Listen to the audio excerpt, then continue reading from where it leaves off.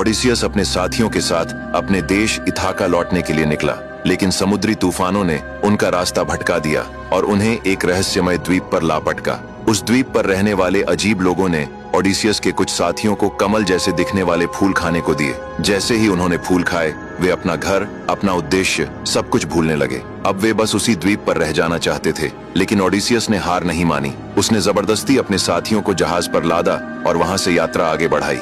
रात के गहरे अंधेरे में ओडिसियस और उसके साथी एक और रहस्यमय द्वीप पर उतरे। यह था साइक्लोप्स का द्वीप। ओडिसियस अपने भरोसेमंद योद्धाओं को लेकर एक विशाल गुफा की ओर बढ़ा। गुफा के अंदर भेड़ें थीं, पनीर रखा था, दूध से भरे मटके थे, मानो वह किसी चरवाहे का घर हो।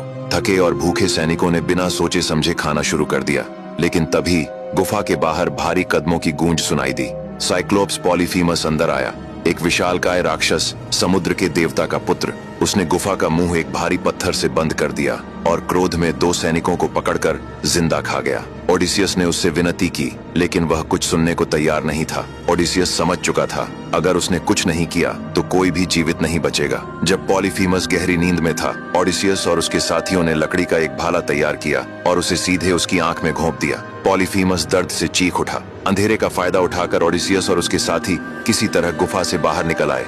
वे तेजी से जहाज पर पहुंचे। ओडिसियस ने गर्व से चिल्लाकर कहा, मैं हूं ओडिसियस, इथाका का राजा। यह सुनकर पॉलीफीमस क्रोध से भर गया। उसने समुद्र की ओर देखा और अपने पिता से प्रार्थना की, पिताश्री, मैंने आपकी सदा सेवा की है। अगर मैंने कभी आपको प्रसन्न किया हो तो मेरी यह प्रार्थना सुनिए। ओडिसियस कभी अपने घर वापस न लौट पाए। उस दिन के बाद समुद्र की लहरें ओडिसियस की दुश्मन बन गईं। हालांकि कुछ समय बाद उन्हें थोड़ी राहत मिली। वे हवा के देवता के द्वीप पर पहुंचे। देवता ने ओडिसियस को एक चमड़े की थैली दी जिसमें तेज हवाएं बंद थीं। बस एक हल्की हवा छोड़ी गई है और जहाज हवा के साथ इथाका के बहुत पास पहुंच गया। लेकिन तभी साथियों को शक हुआ। उन्हें लगा कि थैली में सोना चांदी भरी है। उन्होंने थैली खोल दी और सारी तेज हवाएं बाहर निकल आईं। जहाज एक बार फिर भयानक तूफानों में फंस गया। उन हवाओं ने उन्हें एक और डरावने द्वीप पर ला पटका, जहां लेस्टगोनियन नाम के नरभक्षी राक्षस रहते थे। अब आगे की कहानी जानने के लिए देखिए अगला भाग।